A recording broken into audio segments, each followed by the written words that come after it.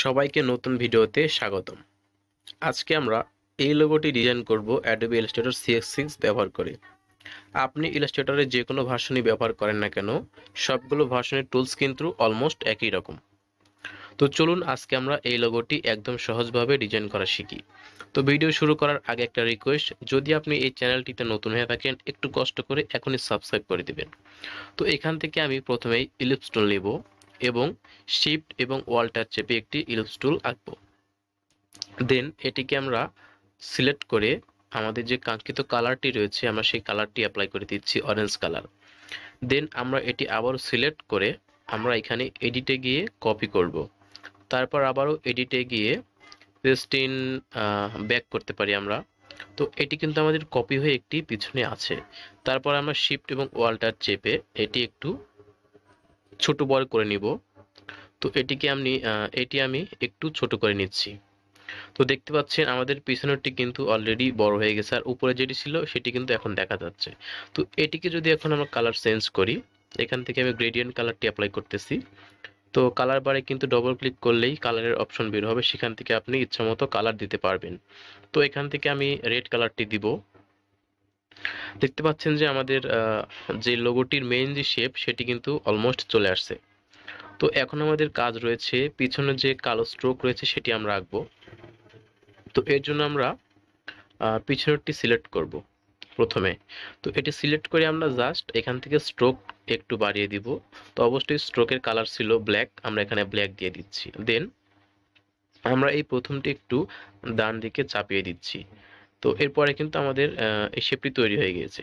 তো এটুকু সবটুকু আমরা আমাদের নিচের যে শেপ এটিকে আমরা প্রথমে এক্সপান্ড করে নেব, যাতে আমাদের এটি অরিজিনাল ফিলে পরিণত হয়।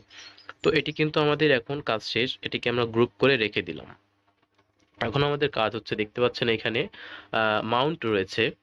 তো আমরা এই মাউন্টটি এখন সংগ্রহ করব গুগলে গিয়ে।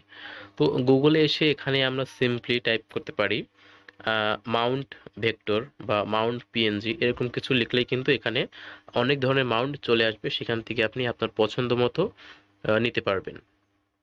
তো দেখতে পাচ্ছেন এখানে কিন্তু আমার সামনে অনেকগুলো চলে আসছে। আমি যেটি নিয়েছিলাম সেটি হচ্ছে এই যে ডান পাশের এটি। তো এটি আমি এখানে কপি করে নিচ্ছি। দেন আমরা ইলাস্ট্রেটরে গিয়ে কন্ট্রোল-V দিয়ে এখানে সাবমিট করব। তারপর ইমেজ ট্রেসে ক্লিক করলেই হয়ে যাবে। দেন এক্সপান্ড করব। তো আমি ভিডিওটি একটু দ্রুত করতেছি বা বলতেছি, কারণ যদি একটু স্লো কথা বলি তাহলে কিন্তু ভিডিওটি অনেক লং হয়ে যাবে। তো যতই জোরে বলি না কেন অবশ্যই আপনারা বুঝতে পারতেছেন আমি ধারণা করতেছি। আহ, তো ভিডিওটি সবটুকু দেখলে কিন্তু আপনি এই লোগোটি সম্পূর্ণ ডিজাইন করতে পারবেন। তো এখন আমাদের দরকার বাইক। তো সিম্পলি আমি বাইক নিচ্ছি। এখানে কিন্তু আমি সবগুলো গুগল থেকে সংগ্রহ করতেছি।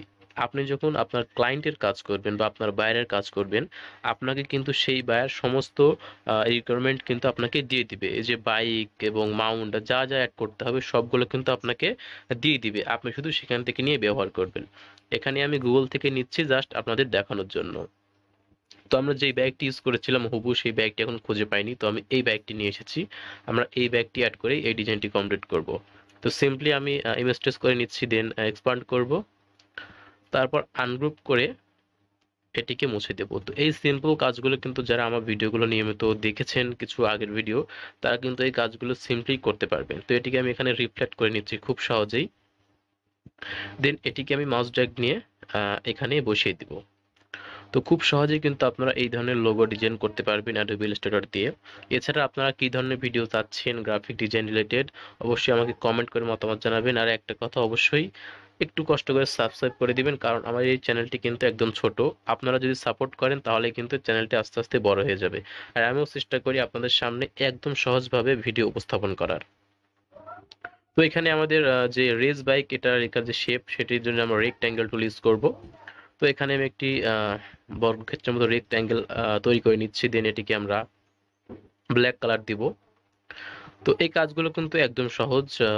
আমি ধারণা করতেছি বা আমি গেস করে নিচ্ছি যে আপনারা অবশ্যই এই কাজগুলো পারেন। এই ছোট ছোট কাজ কিন্তু আপনারা অলরেডি, যারা আমার ভিডিওগুলো নিয়মিত দেখেন তারা কিন্তু অলরেডি করা অবশ্যই পারেন। তো এটিকে আমি আমার পজিশন অনুযায়ী একটু পজিশন মতো বসিয়ে নেব ঠিকঠাক ভাবে। দেন আমরা এখানে টেক্সট লিখব। তো টেক্সট আমাদের ছিল রেস বাইক, আমি এখানে রেস বাইক লিখে নিচ্ছি। আর আমরা যে ফন্টটি ব্যবহার করেছি সেই ফন্টটা আপনারা একটু লক্ষ্য করে দেখবেন, ফন্টটি হচ্ছে ইথনোসেন্টিক। আমি ডিসপ্লেতে দিয়ে দিয়েছি, আপনারা বানান দেখে নেবেন। তো এই ফন্টটি আপনারা কিন্তু গুগল থেকে একদম ফ্রিতে ইনস্টল করে নিতে পারবেন। মূলত এই ফন্টটিও অনেক সময় অনেক লোগোতে ব্যবহৃত হয়ে থাকে।